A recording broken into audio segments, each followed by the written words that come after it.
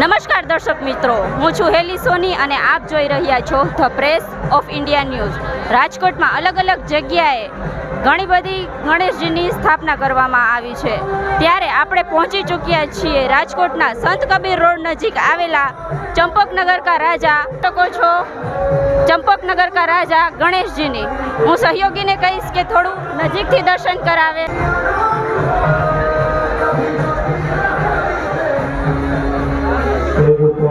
દર્શન કરવા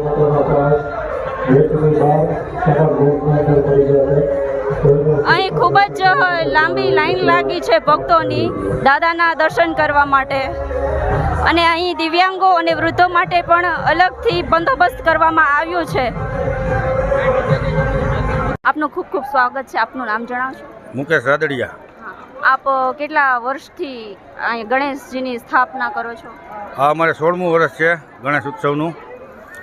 2009થી શરૂઆત થઈ છે અને આ 16મું વર્ષ છે। અને તમે અહીંયા કયા કયા પ્રકારના આયોજન કરો છો? અમારે 11 દિવસ ખાલી ગણેશ દર્શન, પછી સત્યનારાયણ ભગવાનની કથા અને એક મહાપ્રસાદ હોય છે, આવતા રવિવારે છે, સાથે બ્લડ ડોનેશન કેમ્પ પણ હોય છે। બાકી અમે કોઈ ઓલા કાર્યક્રમ નથી રાખતા, લોક ડાયરો કે એવું કંઈ, કેમ કે અમારે અહીંયા ટ્રાફિક જ એટલો થાય છે લોકોનો, એટલે ડાયરો જગ્યા રાખી નથી શકાતી। ખૂબ ખૂબ આભાર તમારો। તમે જોઈ શકો છો કે અહીંયા તમે શ્રદ્ધાળુઓની બહુ લાંબી લાઈનો જોઈ શકો છો। અહીં ભક્તો દ્વારા એક જ નારા બોલવામાં આવે છે, ગણપતિ બાપા મોર્યા। 1 2 3 4 ગણપતિ કી જય જયકાર, 5 6 7 8 ગણપતિ હમારે સાથ। આવી જ વધુ સમાચારો અને આવી જ બધી માહિતીઓ માટે જોતા રહો the press of India news.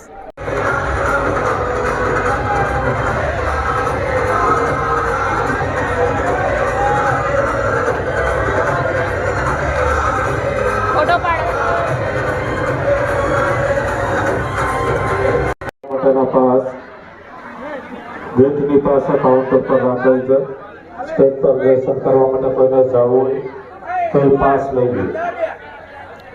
The press of India ન્યૂઝના માધ્યમથી આ દ્રશ્યો તમે જોઈ રહ્યા છો।